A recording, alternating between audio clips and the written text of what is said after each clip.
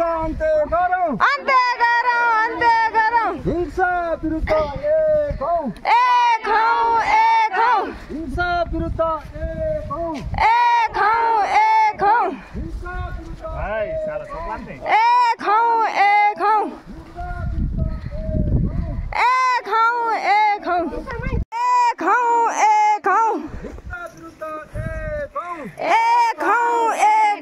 लैंगिक हिंसा विरुद्धको 16 दिने अभियान सफल पारौं लैंगिक हिंसा विरुद्धको 16 दिने अभियान सफल पारौं लैंगिक एउटा भिडियो बनाइदिनु न है सफल पारौं हिंसा विरुद्ध आवाज उठाऊ हिंसा विरुद्ध आवाज उठाऊ यसलाई अतिथिको रूपमा आसन त्यसैगरी यसै सरणी गाउँपालिका वडा नगरपालिका वडा सदस्य श्री बहादुर साहबजीलाई पनि अतिथिको रूपमा आसन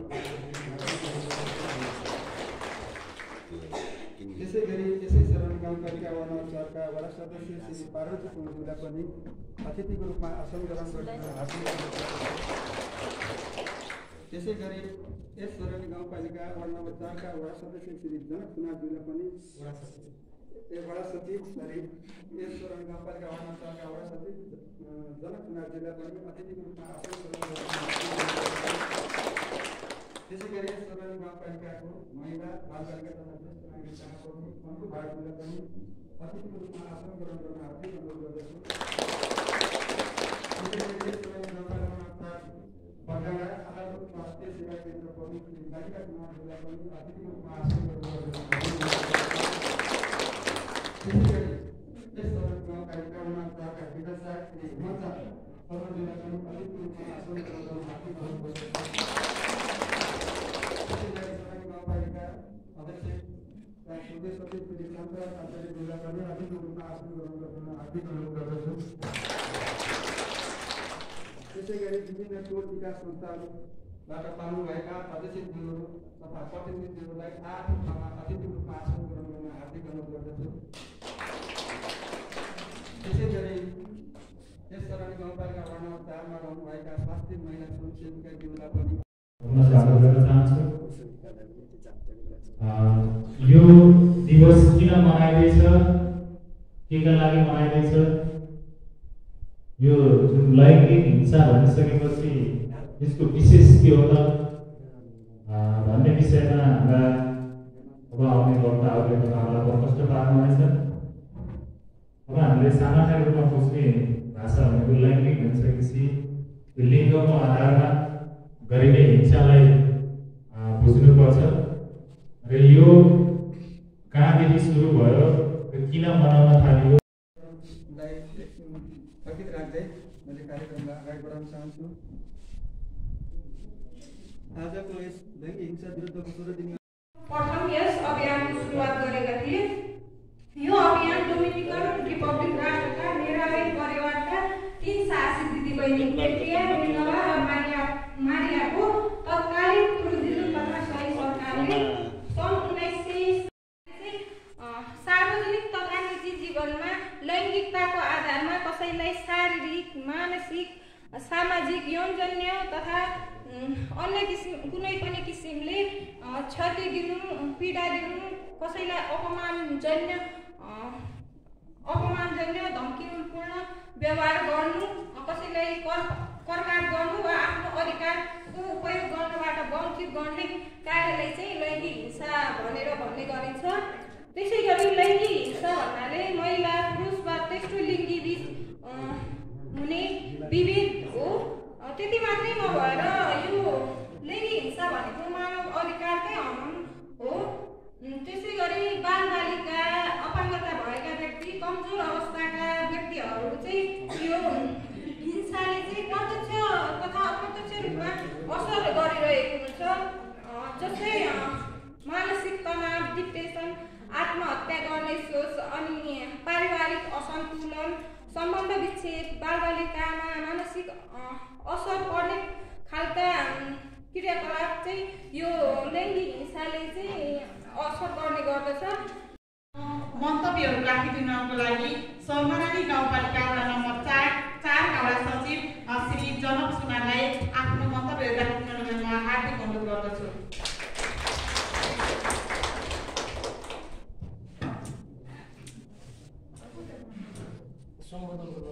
धन्यवाद।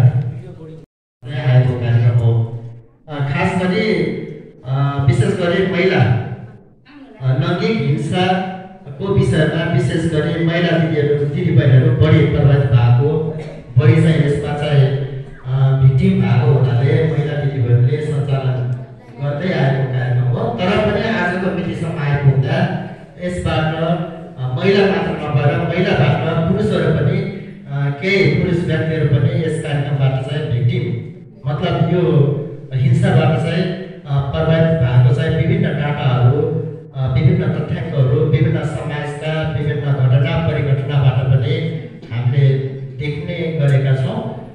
विशेष गरी यो कार्यक्रमको मूल नारा नै यो प्रविधिको सही प्रयोग गरौँ भन्ने मूल नाराबाट चाहिँ यो कार्यक्रमको यस पछाडिदेखि पनि उठेर आफ्नो केही जिज्ञासाहरू छ भने कृपया राख्नु होला। हो कि भन्नु कुरा गर्ने आइमेले नै हो कि यत्नै ठिक्क बाँच्यो त गरेर यस्तो भन्दै नि फल्नाले त भन्छ नि त्यही कुरा हामी सबैले मन लिनु पर्यो। एकअर्का कुरा काट्नु हुँदैन। महिलाहरू भएर सबैले बुझ्न पर्यो त्यही हो। अनि अब पुलिसको ठाउँमा त अब हुन्छ त्यही हो। मेरो भनाइ त्यही नै हुँदैन अरू होइन त्यही हो। अगाडि बसेर कुरा गर्दा सबैले बुझ्ने त्यो हो नि त।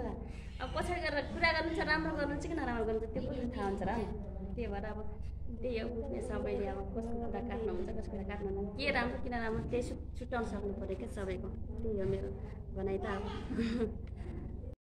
भइरहेको छ नि त त्यो विषयमा के भन्न चाहनुहुन्छ त्यो पनि प्रविधि भनेको मोबाइल मोबाइलको कारणले इन्टरनेट त्यो बारेमा हामीले फेसबुक चलाउँछौँ, वाट्सएप चलाउँछौँ।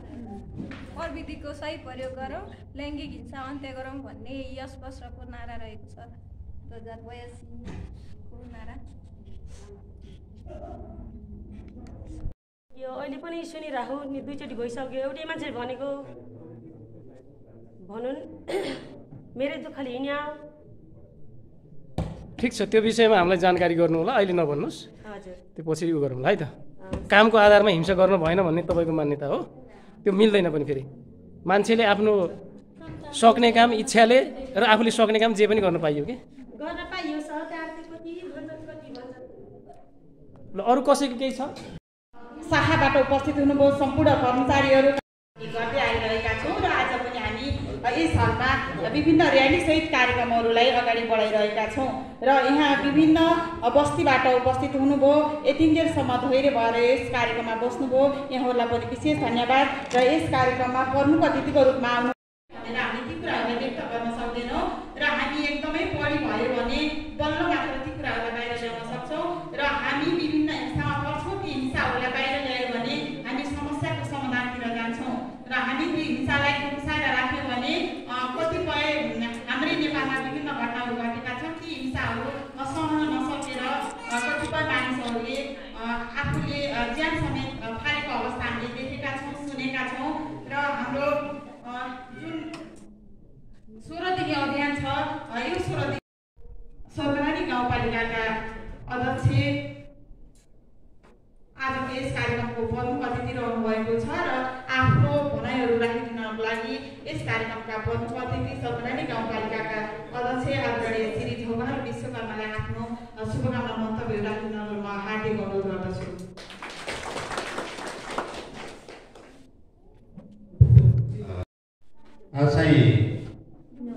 आज यो 21औं शताब्दीमा पनि हामीले नेपालमा मात्रै होइन यो विश्वव्यापी कुरा हो है।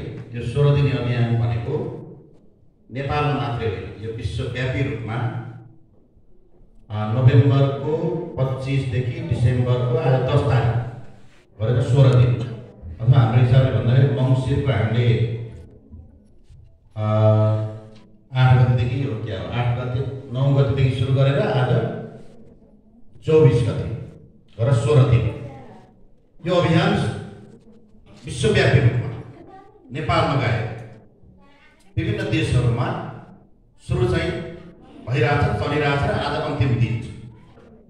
यो मैले किन भन्न खोजेँ भने आजको 21औं शताब्दीमा पनि हामी यस्ता खालका दिवस मनाउन परेको छ कि महिलाले पुरुषलाई हेपेको, हेलामुचो गरेको, त्योभन्दा कैयौं गुना पुरुषले महिलालाई, बालबालिकालाई हेपेको, हेलामुचो गरेको। या अन्य लिङ्ग भन्नाले यो 3 थरीका मान्छे हुँदो रहेछ कि एउटा पुरुष, एउटा महिला, अर्को चाहिँ तेस्रो लिङ्गी। अब त्यसलाई पुरुष महिला भन्नुभन्दा नि तेस्रो लिङ्गी भनिन्छ। यो 3 थरीका मान्छे, सामान्यतया हामीले 2 थरीका मान्छे मात्रै बुझ्छौँ होइन, महिला र पुरुष मात्रै। तर होइन, त्यो होइन, महिला र पुरुष मात्रै होइन, अर्को तेस्रो लिङ्गी पनि हुन्छ। त्यसैले लिङ्गको आधारमा, महिला भएको आधारमा अथवा पुरुष भएको आधारमा अथवा महिला पनि नभएको पुरुष पनि नभएको तेस्रो लिङ्गी भएको आधारमा मान्छेमाथि विभेद भएको छ। मान्छेका मानवीय मर्यादा, मान्छेको मानव अधिकार हनन भएको छ। त्यो पनि के को आधारमा भन्दा लिङ्गको आधारमा, उसको चाहिँ पुरुष भएको आधारमा, महिला भएको आधारमा वा तेस्रो लिङ्गी भएको आधारमा। त्यसैले त्यसको विरोध गर्नु परेको छ। यस्ता अभियान 16 दिन अभियान चलाउनु परेको छ। यो उदेक लाग्दो कुरा हो, विडम्बनाको कुरा हो, दुःखद कुरा हो। यो राम्रो कुरा होइन। यो नचलाउनु त झन् राम्रो, नचलाउनु त झन् खराब कुरा हो। किनभने नचलाउँदाखेरि त झनै चाहिँ मानव अधिकारको उल्लङ्घन हुने, झनै चाहिँ हेपिने, थिचिने, कमजोरहरू अझ बढी चाहिँ दबावमा बस्नुपर्ने त्यो स्थिति हुन्छ। त्यसैले चलाउनु पर्यो। तर अघि कसले भन्नुभयो, एकजना हाम्रो वडा सदस्यजीले भन्नुभयो जस्तो लाग्छ, भोजजीले, कि हामीले सामान्यतया हाम्रो जस्तो पुरुष प्रधान समाजमा लैङ्गिक हिंसा भन्ने बित्तिकै हामीले पुरुषले महिलामाथि गर्ने हिंसा भन्ने हामीले बुझ्छौँ। तर त्यो मात्रै होइन, मैले अगाडि पनि भने लैङ्गिक हिंसा अहिले पुरुषले पनि बेहोर्न परेको छ, बालकहरूले बेहोर्न परेको छ। बालिका र महिलाले मात्रै होइन, महिला र बालिकाले मात्रै होइन, बालकहरूले अथवा पुरुषले पनि त्यो हिंसा चाहिँ बेहोर्न परेको छ। त्यो सङ्ख्या मात्रा घटी बढी होला होइन, महिलाले अलिक बढी बेहोर्न परेको छ, बालिकाहरूले अलिक बढी बेहोर्न परेको छ। त्यसैले हामीले लैङ्गिक हिंसा भन्ने बित्तिकै हाम्रो सन्दर्भमा अथवा अहिलेको सन्दर्भमा, अहिलेको विश्व सन्दर्भमा हामीले महिलामाथि नै बढी जाति भएको हुनाले महिलामाथिको हिंसा भन्ने अर्थमा बढी बुझ्छौँ। तर पूर्ण रूपमा त्यो मात्रै सही होइन। मैले यति कुरा तपाईँलाई राखेँ। र अहिले पनि तपाईँको यो विश्वको विभिन्न देशको शासन व्यवस्था, शासन प्रणाली, राज्य व्यवस्था चाहिँ अहिले पनि मान्छेको लागि सुरक्षित, मान्छेको लागि मर्यादित, मान्छेको लागि सभ्य, मान्छेको लागि एकदम चाहिँ मानव अधिकार र मानव मर्यादा युक्त चाहिँ बन्न सकिरहेको छैन। त्यही बन्न नसकेकै कारणले नै यस्ता अभियानहरू चलाउन परेको हो।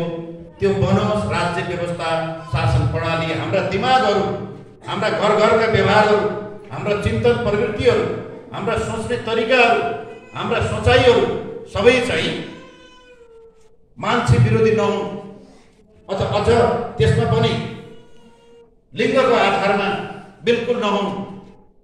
आज महिला भएकै आधारमा हाम्रो चाहिँ समाज बस्न लायक नठहरिने अथवा कमजोरहरूलाई हाम्रो समाज बस्न लायक नहुने विभिन्न खालका विभेदहरूमध्ये यो लैङ्गिक हिंसा एउटा प्रमुख कुरा हो। त्यसमा कुराले त्यस्तो हुनु हुँदैन भन्ने कुरा हो। र अहिलेको चाहिँ यो सालको नारा मलाई गजब लाग्यो। तपाईँहरूले पनि हेर्नुभयो होला, त्यहाँ चाहिँ के भन्यो भने प्रविधिको सही प्रयोग गरौँ, लैङ्गिक हिंसा अन्त्य गरौँ भन्यो। यो प्रविधिको भनेको आज तपाईँको मोबाइल आएको छ हाम्रो हातमा। आज हाम्रा घर घरमा चाहिँ केटाकेटीहरू पढ्ने भएको छ, तिनले चाहिँ ल्यापटप पनि कतिजना अलिक ठुला पढ्ने भयो भने होइन, मोबाइलहरू त छ्यापछ्याप्ती भए। अहिले हामी मध्येको यसो सर्च गर्ने भने हामी मध्ये 2-3टाको साथमा मोबाइल नभएको हुनसक्छ, नभए 100% मोबाइल हुनसक्छ। म एउटा रमाइलो कुरा गरौँ है त। ल तपाईँहरूले तथा सोमरानी गाउँपालिकाका प्रवक्ता लाई पनि विशेष धन्यवाद दिँदै आफ्नो शुभकामना मन्तव्यसहित यस कार्यक्रमलाई समापन गरिदिनु हुनको लागि यस कार्यक्रमका अध्यक्षता आसन ग्रहण गर्नुभएका सोमरानी गाउँपालिका वडा नम्बर 4 का वडा अध्यक्ष तथा प्रवक्ता श्री चिन्त सोमय मगरले आफ्नो मन्तव्यहरू राख्नुको लागि अनुरोध गर्दै कार्यक्रम सञ्चालिका सीता विकको पनि यहाँबाट बिदा हुने अनुरोध चाहन्छु। हस्त नमस्कार, धन्यवाद। सीता कार्यक्रम सञ्चालक सीता विकज्यू लैङ्गिक हिंसा विरुद्ध सुरु दिने अभियान कार्यक्रममा उपस्थित हुनुभएका सोह्रे गाउँपालिकाका आदरणीय अध्यक्ष यस कार्यक्रमका प्रमुख अतिथिज्यू, वडा सचिव जनक सर तथा प्रमुख साथीहरू, यसै गरी बगडा आधारभूत स्वास्थ्य सेवा केसरीका बहिनीहरू र आजको यो कार्यक्रमलाई सफल पार्नको निमित्त दुईवटा बस्तीबाट उपस्थित हुनुभएका सम्पूर्ण दाजुभाइ दिदीबहिनीहरू सबैलाई सबभन्दा पहिले म हार्दिक धन्यवाद दिन चाहन्छु। आजको यो कार्यक्रम सबै गाउँपालिकाको आयोजना भएको कार्यक्रम हो। संयोजन चारवटा वडा र गाउँपालिका स्तरीय महिला विकास समितिले संयोजन गरेको छ भने आयोजना चाहिँ गाउँपालिकाकै आयोजना हो। र सुरुमै भन्नुभएको छ हाम्रो महिला विकास शाखाका प्रमुख अन्जु फाटले यो कार्यक्रम आज समापनको दिन हो, यो 16 दिनसम्म चल्छ भनेर चाहिँ हामीले पनि प्रश्न पाइसक्नु भएको छ। खास गरिकन नोभेम्बर 25 देखि डिसेम्बर 10 सम्म अर्थात् मङ्सिरको 9 देखि 24 गतेसम्म चाहिँ 16 दिनसम्म यो कार्यक्रम अर्थात् यो अभियान चल्छ।